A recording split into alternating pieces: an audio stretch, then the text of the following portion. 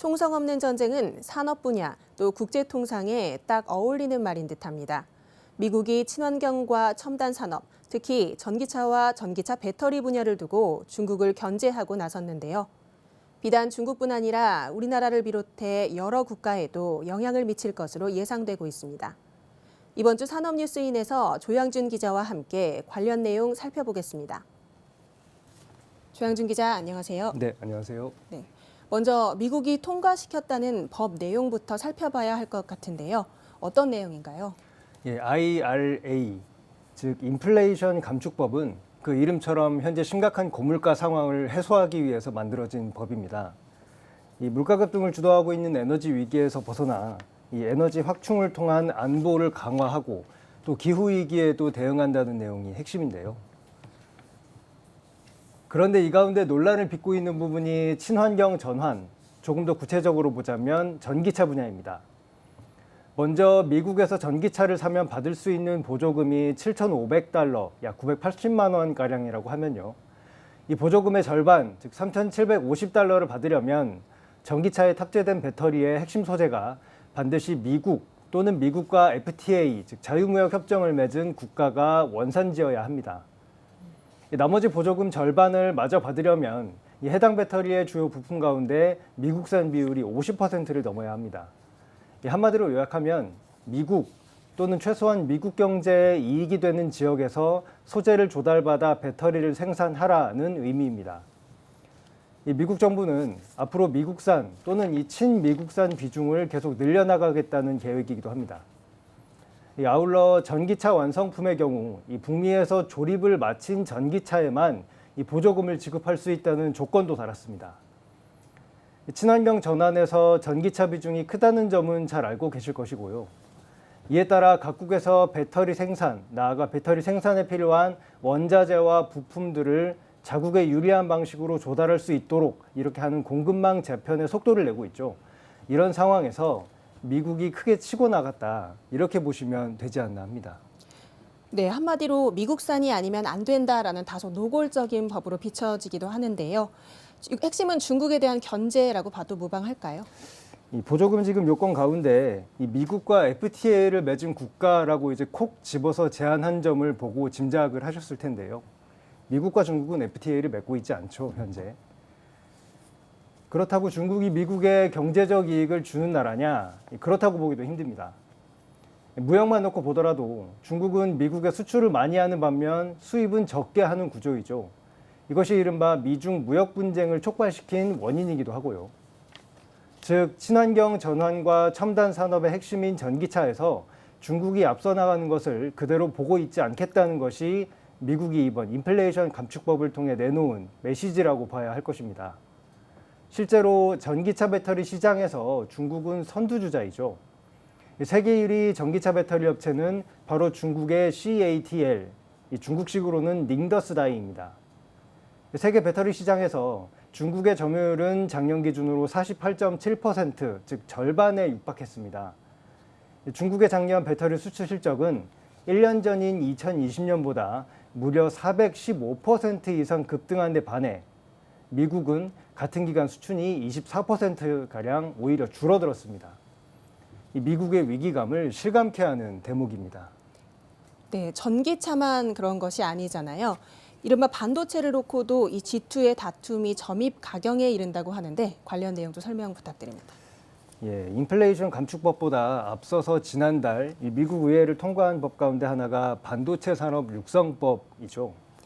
이 법은 이 미국 반도체 생산과 연구 확대, 또 기술 투자, 세액 공제 등 총 2,800억 달러, 우리 돈으로 약 367조 원을 쏟아붓는 한마디로 패키지 법안인데요. 이 매출 기준으로 세계 최대 반도체 기업은 CPU로 유명한 미국 인텔이죠.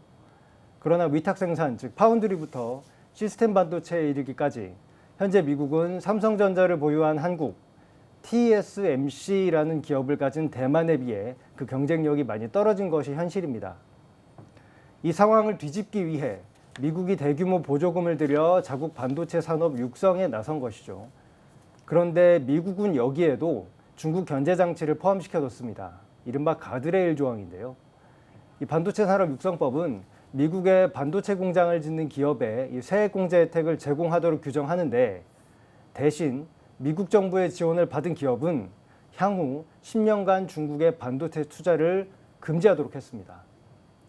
조 바이든 미국 대통령은 이 반도체 산업 육성법과 관련해서 중국 공산당이 법안 통과를 저지하기 위해 로비를 하기도 했다.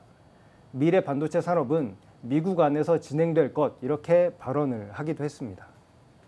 네, 이 미국과 중국이 서로 알력 다툼을 벌이는 것은 알겠는데 또 문제는 우리 기업에 불똥이 튀지 않을까 우려가 되는데요. 맞습니다. 먼저 인플레이션 감축법과 관련해서 국내 배터리 업계와 완성체 업계는 발등에 불이 떨어진 상황이라고 볼 수 있는데요. 이 법은 현재 바이든 대통령이 서명까지 마쳤고 내년 전격 시행을 앞두고 있죠.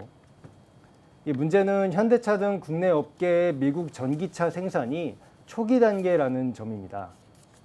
현대차는 올해와 2024년 순차적으로 미국에서 만드는 전기차 모델을 늘려나간다는 계획입니다만 현재 미국에서 인기가 높은 모델인 아이오닉 5와 EV6의 현지 생산 계획은 현재로서는 세워두지 않았습니다. 현대차가 추진 중인 미국 조지아주 전기차 전용 공장은 2025년은 돼야 완공될 예정입니다. 즉, 국내 업체가 만든 전기차를 미국에서 구매할 때 최악의 경우 당분간 보조금을 못 받게 될 수도 있다는 의미입니다. 아직은 배터리 가격이 높은 만큼 전기차의 가격 경쟁력에서 이 보조금이 차지하는 비중이 높은 점을 고려하면 국내 업계가 미국 업계에 크게 뒤지는 결과를 가져올 소지가 크다는 이야기죠. 또 생산 공정을 미국으로 옮긴다고 한다면 당장 일자리가 걸린 노조의 반발도 만만치 않을 것이고요. 또 다른 문제는 국내 업계의 중국산 배터리 소재 의존도가 높다는 점입니다. 특히 한국 배터리 업체들은 이 배터리 핵심 소재인 양극재를 구성하는 전구체, 니켈, 코발트, 망간, 혼합물 이런 것들과 이 양극활 물질의 95%를 중국에서 수입합니다. 중국 화유 코발트, GEM 같은 업체들이 이 시장을 장악하고 있기 때문인데요. 바로 이런 이유 때문에 이 인플레이션 감축법을 두고 국내 업계에서 중국산 배제로 한국 기업이 반사이익을 누릴 것이라고 반길 수만은 없다는 말이 나오는 것입니다. 네, 정부도 이런 입장을 잘 알고 있을 테고요. 우려의 입장을 미국 측에 전달했다고요? 산업통상자원부는 지난 11일 미국 측에 인플레이션 감축법에 따른 전기차 보조금 지급 요건을 완화해 줄 것을 요청했습니다. 지금까지 설명드린 바대로 현재 법 기준대로라면 국내 업계가 미국 시장에서 영업하기 매우 불리하다는 입장을 미국 쪽에 전달한 것입니다. 특히 정부는 미국 보조금 지급 요건이 다른 나라에 비해 미국 업계에 유리하도록 짜인 만큼 세계무역기구, 즉 WTO 협정상 통상 규범에 위배될 소지가 있다는 점도 강조했다고 합니다. 이런 걱정을 하고 있는 곳이 우리나라만은 아닌 것 같습니다. 유럽연합, 즉 EU도 인플레이션 감축법이 외국 자동차 회사들에 대한 차별이라는 점을 강조하면서 역시 WTO 규범 위배 가능성을 제기했는데요. 미국이 전기차 보조금 요건을 미국, 또 미국과 FTA를 맺은 국가, 즉 우호국을 포섭하는 쪽으로 마련했지만 오히려 우호국에서 불안감을 표출하고 있는 상황인 것이죠. 미국 내에서도 우려가 나옵니다. GM, 포드, 현대차, 도요타 등을 대표하는 미국 자동차 혁신연합 존 보젤라 대표는 인플레이션 감축법대로 하면 현재 미국 내 72개 전기차 모델 중에 70%는 보조금에서 탈락한다.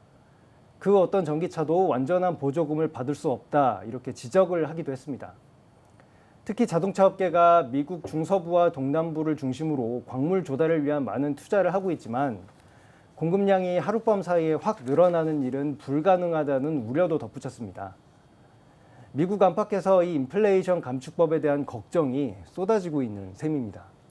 네, 친환경 산업에서 전기차나 배터리 분야가 차지하는 비중이 큰 만큼 정부 차원에서의 적절한 대응이 필요해 보입니다. 조양준 기자 수고하셨습니다. 네, 감사합니다.